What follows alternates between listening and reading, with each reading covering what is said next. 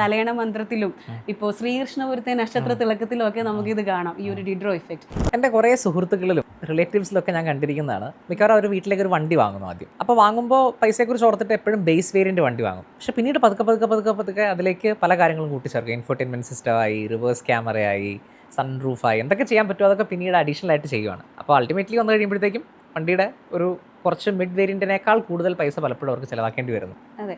So പലപ്പോഴും നമ്മൾ ഒരു പർച്ചേസ് ചെയ്യുമ്പോൾ അതിനോടനുബന്ധിച്ച് കുറേയേറെ അഡീഷണൽ പർച്ചേസസ് സംഭവിക്കും. അപ്പോൾ അതെന്തുകൊണ്ടാണെന്ന് വെച്ചാൽ നമുക്കൊക്കെ കൺസിസ്റ്റൻസി ഇഷ്ടമാണ്.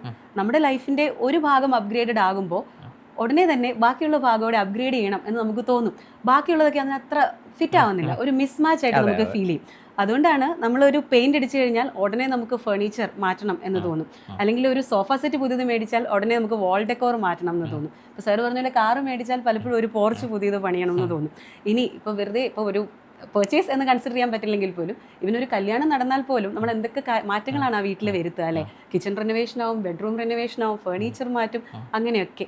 സോ ഇതൊരു ഇഫക്റ്റാണ് ആക്ച്വലി. ഇതിനെയാണ് നമ്മൾ ഡിഡ്രോ ഇഫക്റ്റ് എന്ന് പറയുക. ഇപ്പോൾ നമ്മൾ മൂവീസിലൊക്കെ പോലും ഇത് പറയുന്നുണ്ട്, തലയണ മന്ത്രത്തിലും ഇപ്പോൾ ശ്രീകൃഷ്ണപുരത്തെ നക്ഷത്ര തിളക്കത്തിലും ഒക്കെ നമുക്കിത് കാണാം, ഈ ഒരു Diderot effect. A purchase leads to additional purchases.